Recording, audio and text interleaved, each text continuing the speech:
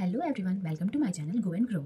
In this video, we are going to dive into one of the most important concept in data structure, all-pair shortest path problem. And in this video, you will understand what is the all-pair shortest path problem. So let's get started. All-pair shortest path problem.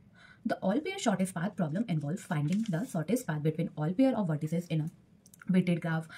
There are a common algorithm used to solve the APSP problem. Okay. सो जो APSP जो होता है ये एक problem है जिसमें हमें एक ग्राफ को हर पेयर ऑफ वर्टिसेस के बीच शॉर्टेस्ट पाथ फाइंड करना होता है। मतलब अगर हमारे पास एक ग्राफ है, ठीक है, तो हम हर दो वर्टिसेस के बीच का शॉर्टेस्ट पाथ मतलब कि यानी कि सबसे छोटा रास्ता ढूंढने की कोशिश करते हैं, try to find the shortest path. Okay, for example यहाँ पे हमने एक एग्जाम्पल लिया है। यू कैन सी कि यहाँ पे क्या है कि एक ग्राफ है जिसमें 4 नोड है ABCD, ठीक है, और हर नोड के बीच एजेस है और जिन पर वेट है, ठीक है, वेट दिया गया है, ठीक है। सो जो हमारा A to B का पाथ है उसका वेट है 3, B to C का जो पाथ है उसका वेट है 2, C to D का पाथ है उसका वेट है 6 एंड D to A का जो पाथ है उसका वेट है 10, ठीक है। तो APSP का मतलब है कि हम A to B, A to C, A to D, B to A, B to C, B to D and जो भी है etcetera her pair of node के बीच का शॉर्टेस्ट पाथ ढूंढना है, ठीक है। मतलब इसका मेन मोटिव यही होता है कि शॉर्टेस्ट पाथ को ढूंढना, ठीक है। तो हम इसे सॉल्व कैसे करते हैं? तो इसे सॉल्व करने के लिए एक एल्गोरिथम होता है हमारे पास जिसका नाम है फ्लॉयड-वॉर्शल algorithm. So here I can explain what is Floyd-Warshall algorithm. The Floyd-Warshall algorithm is a dynamic programming approach that computes the shortest path between all pair of vertices in a graph. It works for both directed and undirected graphs with positive and negative weights, but no negative weight cycle. ठीक है, तो यहाँ पे हमारा जो एक algorithm है फ्लॉयड-वॉर्शल algorithm, ये क्या होता है? ये एक डायनेमिक प्रोग्रामिंग है, ठीक है, डायनेमिक प्रोग्रामिंग अप्रोच है जिसमें हम सभी वर्टिसेस के बीच के शॉर्टेस्ट पाथ को एक मैट्रिक जो कि 2 डायमेंशनल एरे का मैट्रिक होता है में स्टोर करते हैं, हर पेयर ऑफ नोड के बीच मिनिमम डिस्टेंस को फाइंड करते हैं, ठीक है। ये एल्गोरिथम सिंपल है बट इसका जो टाइम कॉम्प्लेक्सिटी होता है वो OV क्यूब होता है, ठीक है। V यहाँ पे हमारे क्या होता है कि V is equals to vertex होता है, V वर्टिसेस, ओके, ये समझ गए आप। जैसा कि मैंने बताया कि जब हम फाइंड करेंगे ऑल पेयर शॉर्टेस्ट पाथ तो उसमें कोई भी नेगेटिव वेट साइकिल नहीं आना चाहिए। तो बहुत से लोगों को कंफ्यूजन होगी कि how to find the negative weight cycle, हमें कैसे पता चलेगा कि ये नेगेटिव वेट साइकिल है। So for example here is A, B and C, A to B 4, B to C that is 6 and C to A that is 1, ठीक है। अब देखिए A to B क्या है? 4 है plus B to C is -6 plus C to A is equals to 1। क्या हो गया? 4 plus -6 plus 1 that is equals to -1। तो ये तो हो गया नेगेटिव वेट साइकिल, ये होता है नेगेटिव वेट साइकिल, ठीक है। फॉर एग्जांपल अगर यहाँ पे A है, B है और C है और अगर यहाँ पे हमने 5 ले लिया, यहाँ पे हमने -3 ले लिया एंड यहाँ पे हमने 2 ले लिया, तो क्या होगा यहाँ पे 5 -3 + 2 that is equals to 4। Okay, तो ये क्या है? ये नेगेटिव वेट साइकिल नहीं है, this is not a negative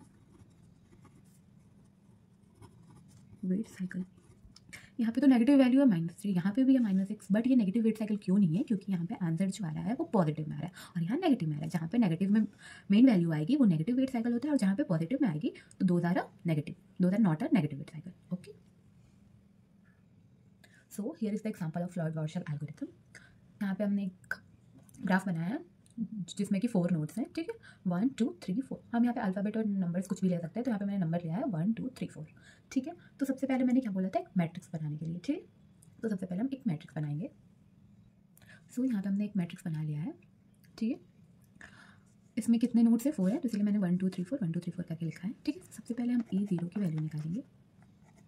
A0 की वैल्यू मतलब जो गिवन है वही लिखेंगे, ठीक है। 1 to 1, तो 1 to 1 हमेशा क्या होगा? 0 होगा, ठीक है। हम ऐसे करके लिख देंगे 1 to 1 0 2 2 0 3 3 0 4 4 0, ठीक है। अब हम देखेंगे वैल्यू ऑफ 1 to 2। 1 to 2 की वैल्यू क्या है? 1 to 2 इज 3 एंड हम देखेंगे 1 to 3 की वैल्यू क्या है, तो 1 to 3 तक तो जा ही नहीं रहा है, ठीक है। तो यहाँ पे क्या हो जाएगा? इनफिनिट, ठीक है। अब हम देखेंगे 1 to 4, 1 to 4 की क्या वैल्यू है? 2, ठीक है। अब हम देखेंगे 2 to 1, 2 to 1 जा रहा है, हाँ जा रहा है, जिसकी वैल्यू है 5, एंड 2 to 3 जा रहा है, हाँ जा रहा है, और जिसकी वैल्यू है 6, एंड 2 to 4 तो नहीं जा रहा है, तो यहाँ पे हम डाल देंगे इनफाइनाइट का साइन, ठीक है। अब हम चेक करेंगे 3 to 1 जा रहा है, नहीं जा रहा है, तो यहाँ पे इनफाइनाइट होगा। अब हम चेक करेंगे 3 to 2 जा रहा है, नहीं जा रहा है, तो यहाँ पे भी इनफाइनाइट होगा। एंड हम चेक करेंगे 3 to 4 जा रहा है, तो यहाँ पे इसकी वैल्यू है 4, ठीक। अब हम आते हैं 4 में, 4 to 1 जा रहा है, नहीं जा रहा है, तो इनफाइनाइट होगा। 4 to 2 जा रहा है, 4 to 2 नहीं जा रहा है, हाँ 4 to 2 नहीं जा रहा है, तो हम यहाँ पे क्या लिखेंगे, हम यहाँ पे लिखेंगे इनफाइनाइट, ठीक है। 4 to 2 नहीं, यहाँ पे मैं एक चीज़ गलत कर दिया है। 4 to 2 एक वर्टेक्स जा रहा है जिसकी वैल्यू है, इसकी वैल्यू हम रख लेते हैं -1, ओके। तो 4 to 2 की वैल्यू क्या है, -1, ओके। अब हम चेक करेंगे 4 to 3 की वैल्यू, 4 to 3 की वैल्यू क्या है, 4 to 3 जा रहा है, इसकी वैल्यू है -3, ठीक है। अब हम क्या करेंगे, ये तो हो गया, A0 जो गिवन है वही लिखा हमने। अब हम फिर से एक A1 का मैट्रिक्स बनाएंगे, सेम ऐसे ही बनाएंगे।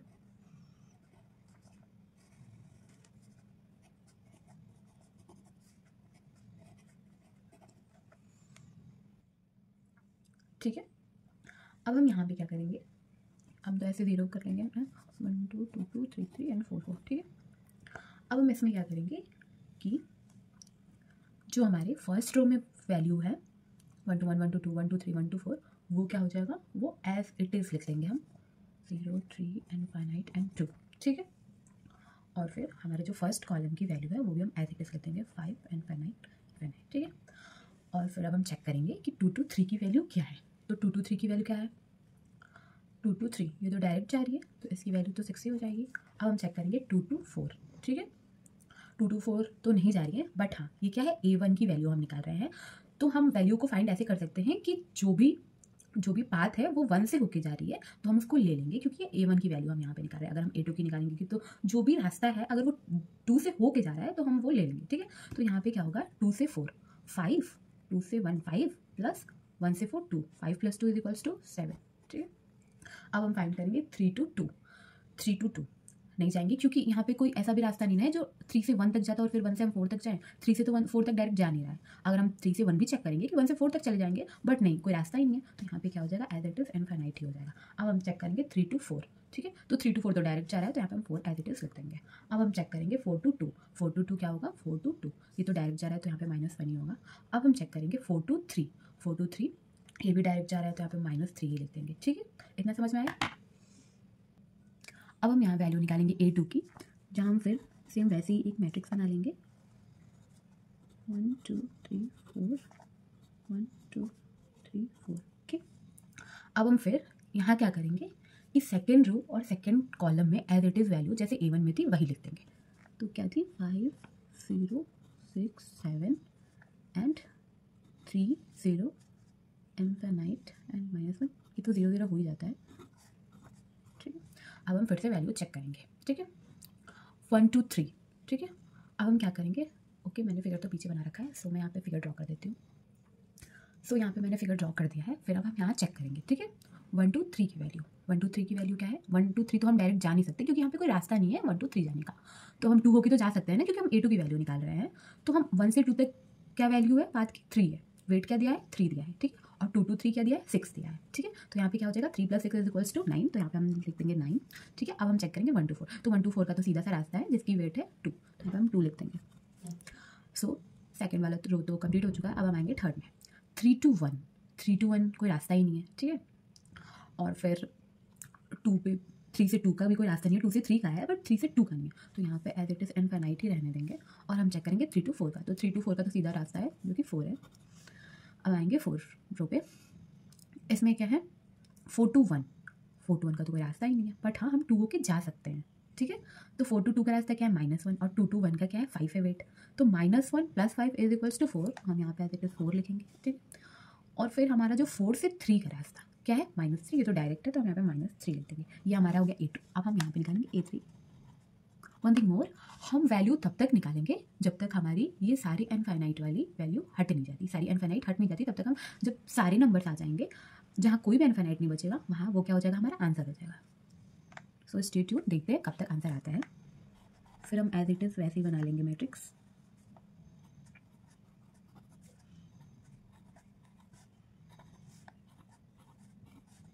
ठीक है, अब हम चेक करेंगे 1 to 2। तो 1 to 2 का तो सीधा रास्ता है 3। हाँ, पहले हम क्या करेंगे, तो हम थर्ड रो और थर्ड कॉलम में जो वैल्यू दी है वो सेम लिख लेंगे, जैसे 9 6 -3, और यहाँ पे हम लिख लेंगे इनफिनाइट 0 4। ठीक है, अब हम देखेंगे फर्स्ट रो का। ठीक है, 1 to 4, 1 to 4 क्या है, ये तो सीधा रास्ता है जो कि 2 है। अब हम चेक करेंगे 1 to 2। ठीक है, 1 to 2 क्या है, अब हम यहाँ आ गए, अब हम 2 to 1 चेक करेंगे। ये तो हो गया ना, हम 2 सेकंड में आ गए, तो 2 to 1 चेक करेंगे जो कि है 5। 2 to 4, 2 to 4 क्या है हमारे, 2 to 4। हाँ, हम यहाँ 3 से होके जा सकते हैं। ठीक है, 6 से होके कैसे हम जा सकते हैं, जैसे कि हम थर्ड वाला निकाल रहे हैं, तो हमारे पास 2 to 4 का कोई रास्ता है, नहीं है ना। तो अब हम चेक करेंगे कि अब तो ये ए से हम पहले गए थे सेकंड वाले में, 4 to सेकंड वाले में हम गए थे ना 2 to 4। तो 2 to 4 हम कैसे गए थे, वो सेकंड वाला था, तो हम वहाँ कैसे गए थे, पहले हम 1 पे गए थे, फिर 4 पे गए थे, क्योंकि वो हम A2 फाइंड कर रहे थे। अब हम यहाँ A3 फाइंड कर रहे हैं, तो हम 3 पे भी होके जा सकते हैं, 1 पे भी होके जा सकते हैं, बट अब तो हम A3 फाइंड कर रहे हैं ना, तो हम एक बार वो चेक कर लेते हैं। सो अब हम यहाँ जाएंगे 2 to 4। तो 2 to 3 का क्या वेट है, 6 है, और 3 to 4 का क्या है, 4 है। तो 6 + 4 तो 10 हो जाएगा, बट हमने तो 7 निकाल के रखा है, तो वो तो हमारा शॉर्टेज पाथ हुआ ना, क्योंकि 2 to 1 जा रहा है 5 पे और 1 to 4 जा रहा है 2 पे, तो 7 है। तो जो शॉर्टेज पाथ होगा वही हम लिखेंगे, तो यहाँ पे हम लिखेंगे 7। ठीक है, ये हो गया। अब हम आएंगे फोर्थ रो में, तो यहाँ पे हम देखेंगे 4 to 1 की वैल्यू। तो 4 to 1 की वैल्यू क्या है, जैसा कि हमने पहले निकाला था कि 4 to 1 क्या 2 से होके जा रहा है। ठीक है, क्योंकि अगर हम 3 से होके भी नहीं जा सकते, क्योंकि 3 से कोई रास्ता नहीं है 2 पे जाने का, तो हम क्या करेंगे, सेम वही 4 to 2 और 2 to 1 जाएंगे, तो -1 + 5 क्या हो जाएगा, 4 हो जाएगा। अब हम आएंगे 4 to 2 पे, तो 4 to 2 का तो सीधा सा रास्ता है जो कि -1 है, तो ये हो गया हमारा A3। अब हम करेंगे A4 का। ठीक है, तो सेम एज इट इज़ हम वही मैट्रिक बना लेंगे, 1 2 3 4 एंड 1 2 3 4। ठीक है, अब हम फोर्थ रो और फोर्थ कॉलम में सेम वैल्यू लिख देंगे, 2 7 4 0 4 -1 -3। ठीक है, एंड ये तो 0 0 होता ही है। ठीक है, अब ठीक है, अब हम चेक करेंगे 1 to 2 की वैल्यू। ठीक है, 1 to 2 की वैल्यू, तो 1 to 2 की वैल्यू क्या है, तो डायरेक्ट 3 आ रही है। ठीक है, बट अब तो हम 4 होके भी जा सकते हैं ना, तो अगर हम 4 होके जाए तो 1 to 4 की वैल्यू है 2। यहाँ आप देख सकते हैं 1 to 4 की वैल्यू क्या है, 2 है, और 4 to 2 की वैल्यू -1 है, तो 2 + -1 = 1। तो 3 से तो छोटा है ना 1, तो ये शॉर्टेस्ट पाथ हुआ, तो हम यहाँ पे क्या कर लेंगे, 1 लिख लेंगे। ठीक है, अब हम चेक करेंगे 1 to 3। ठीक है, अब 1 to 3, पहले हमारा 1 to 3 क्या था, 9 था, बट अब हम चेक करेंगे क्योंकि अब तो 4 से जा सकते हैं, तो हम चेक कर लेते हैं। तो 1 to 4 का है 2 और 4 to 3 का है -3। ठीक है, तो क्या हो जाएगा, 2 + -3 = -1। ठीक है, यहाँ पे -1 हो जाएगा, ये हो गया फर्स्ट रो। अब हम आएंगे सेकंड रो पे, तो 2 to 1। ठीक है, अब हम देखेंगे 2 to 1, 2 to 1 जा रहे हैं 5। ठीक है, क्योंकि अब हम 4 से होकर जा नहीं सकते, क्योंकि कोई रास्ता ही नहीं है। अगर हम 2 से 3 पे जाएंगे तो 3 से 4 पे नहीं जा सकते, और 2 से डायरेक्ट 4 पे भी नहीं जा सकते। ठीक है, तो अब हमारा एक ही रास्ता है जो कि है 2 to 1 का, जो कि जिसका वेट है 5, जो कि डायरेक्ट है। ठीक है, अब हम आएंगे 2 to 3 पे। 2 to 3 पे क्या है हमारा, 6 है। ठीक है, सो 6 है, लेकिन हाँ यहाँ तो हम जा सकते हैं ना 2 से 3 पे, बाय द फोर्थ नोड जा सकते हैं ना, 2 से 1 पे जाएंगे, 1 से 4 पे जाएंगे, फिर 4 से 3 पे जाएंगे। ठीक है, तो हम एक बार चेक कर लेते हैं। पहले हमारी वैल्यू क्या आ रही थी, 2 to 3 की 6 आ रही थी। अब यहाँ पे क्या आएगी, 2 to 1 जाएंगे जो कि 5 है, 1 to 4 जाएंगे जो कि 2 है, और 4 to 3 जाएंगे जो कि -3 है। तो 2 to 1 जाएंगे 5, 1 to 4 जाएंगे जो कि 2, तो 5 + 2 = 7, एंड 4 से 3 जाएंगे जो कि -3 है, तो 4 + -3 = 4। तो यहाँ पे क्या हो जाएगा, 4 हो जाएगा, क्योंकि 6 से छोटा है 4, तो शॉर्टेस्ट पाथ तो यही हुआ ना। ठीक है, हो गया, सेकंड रो कंप्लीट हो गया। हम थर्ड पे आएंगे। ठीक है, 3 to 1। ठीक है, पहले तो कोई रास्ता नहीं था हमारे पास 3 to 1 का, जिससे इनफाइनाइट आ रहा है, बट अब तो हम 4 से होकर जा सकते हैं क्योंकि हम A4 निकाल रहे हैं। तो अब हम देखेंगे 3 to 1 हम जाएंगे कैसे। सो पहले हम जाएंगे 3 to 4। ठीक है, जो कि 4 है। ठीक है, और उसके बाद हम जाएंगे 4 to 2। ठीक है, जो कि -1 है, -1 है, और फिर हम जाएंगे 2 to 1। ठीक है, जो कि 5 है। सो 3 से 5 जाएंगे तो 4, 4 से 2 जाएंगे तो -1। ठीक है, और फिर 2 से 1 जाएंगे तो 5। सो 4 + -1 + 5 = 8। एंड अब हम देखेंगे 3 to 2 जाने का। ठीक है, अब हम 3 to 2 कैसे जाएंगे, अब वही वाला, जैसे हम 3 से 4 गए 4, और 4 से 2 गए -1, तो 4 + -1 = 3। ठीक है, अब यहाँ हमारा कोई भी इनफिनाइट नहीं है ना, कोई भी रो और कोई भी कॉलम में कोई भी वैल्यू नहीं है, तो हमारा फाइनल आंसर जो हो जाएगा यही हो जाएगा। ठीक है, so thank you, and don't forget to like and subscribe. Okay, and also don't forget to watch my previous video where I have explained the minimum spanning tree. Okay, thank you.